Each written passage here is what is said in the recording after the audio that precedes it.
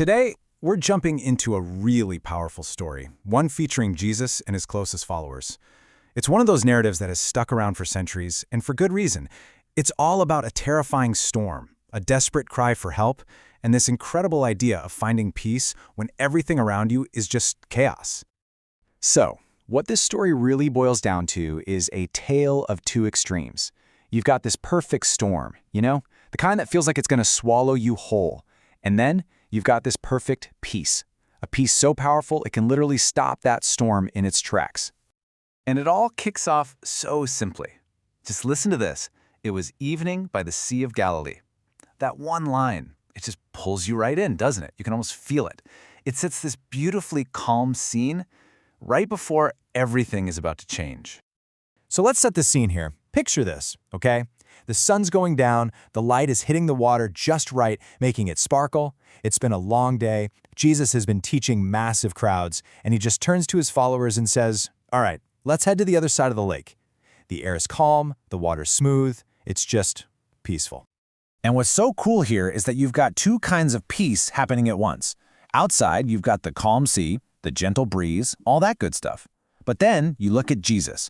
As the boat pushes off, he just finds a cushion in the back, lays his head down, and is out like a light. Talk about total tranquility. He's the very definition of peace. Okay, but this calm, it's not gonna last. See, the Sea of Galilee is famous for these sudden, incredibly violent storms that can pop up out of nowhere. And tonight, one of them hits. And it hits hard and fast. The whole vibe just shifts from peace to pure peril in an instant. And it escalates so fast, it's terrifying.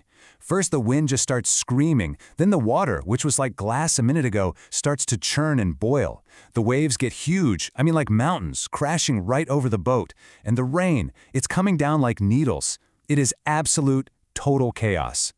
Now you gotta remember, a lot of these disciples are seasoned fishermen. They know this sea. And they are fighting for their lives, yanking ropes, bailing water, doing everything they can think of. But it's useless. The storm is just too big. And then, in the middle of all their panic, they look over and Jesus is still asleep. Can you imagine? Their fear just boils over into this desperate, what the heck kind of panic. And this is what they scream at him. It comes from a place of pure terror. It's more than just help us. It's an accusation, right? It's like they're saying, "Are you kidding me? Don't you care that we're all about to die?" It's just that raw, unfiltered fear talking when you feel completely overwhelmed. So Jesus wakes up, and just think about what he's waking up to. Lightning, howling wind, his friends screaming their heads off. But his face, totally calm. He doesn't get swept up in the panic at all. Instead, he just gets up and stands right in front of the storm itself. And then he says just two words. In the original language, it's even shorter, even more direct. It's a command. And get this, he's not talking to his panicked friends. He's talking to the storm. It's this incredible moment of authority, speaking directly to the chaos. And the result? It's instant. Absolutely instant. It doesn't fade out. The wind just stops. The huge waves, they go flat. The thunder is gone. And all that's left is this massive, shocking silence, with maybe the sound of a few drips of water. Incredible. The disciples are just stunned, completely speechless. Their hearts are still hammering in their chests, but now it's not from fear, it's from pure awe. The storm on the sea is over, but now there's a whole new storm brewing inside them, a storm of what just happened. They literally just saw the impossible. Then Jesus turns to them, and he asks this question. It's gentle, but man, it cuts right to the chase. He totally shifts the focus. He's basically saying the real problem wasn't the wind and the waves. It was the storm of fear inside of them. He asks, "Why are you so afraid? After everything we've been through, do you still not have faith?" And that leads the disciples to ask their own question, whispering to each other. They're like, "Who is this guy? Even the wind and the sea do what he says." You can feel their whole understanding of him just shifting right there. He's not just a teacher anymore. He's something else entirely. Their world has been rocked.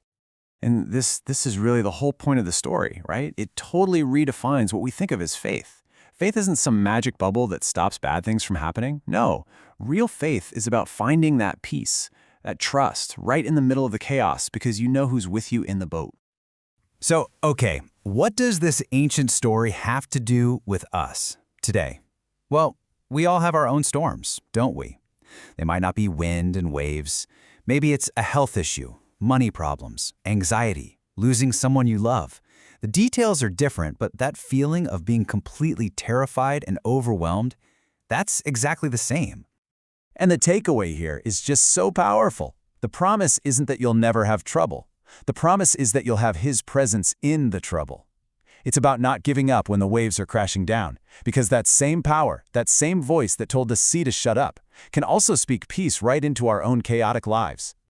Which really brings us to the final question, something for you to think about. When you look at the storms in your own life, all the worries, the fears, the things you're not sure about, where is it that you need to hear those words? Peace. Be still.